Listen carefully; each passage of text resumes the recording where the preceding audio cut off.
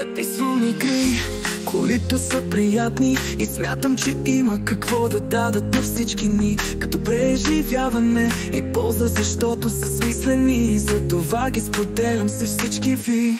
Добри игри за черни дни, това за те какво значи? Прибираш се след тежък ден, може би искаш да разпуснеш след дневните задачи. Или в бъдещето си имаш пример тези игри и прилагаш повече старание и грижа в живота си.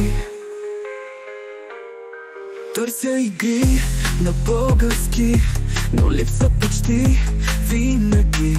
Затова играя на всякакви езици, като знак на несъгласието ни с тази неправда, която налагат ни.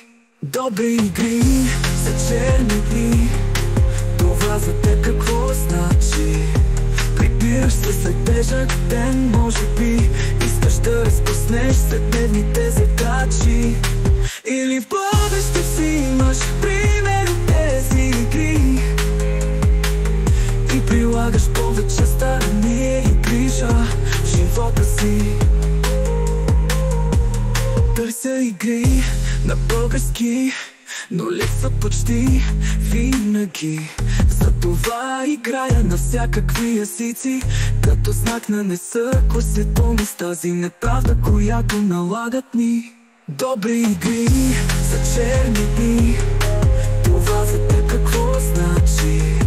Прибираш се след тежък ден, може би искаш да разпуснеш след дневните задачи.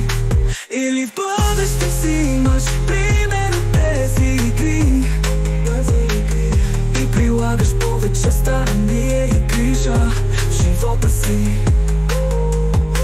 Играя само мобилни игри, нека покажем, че и те са яки, колкото всички останали, и че могат да са полезни, поучителни.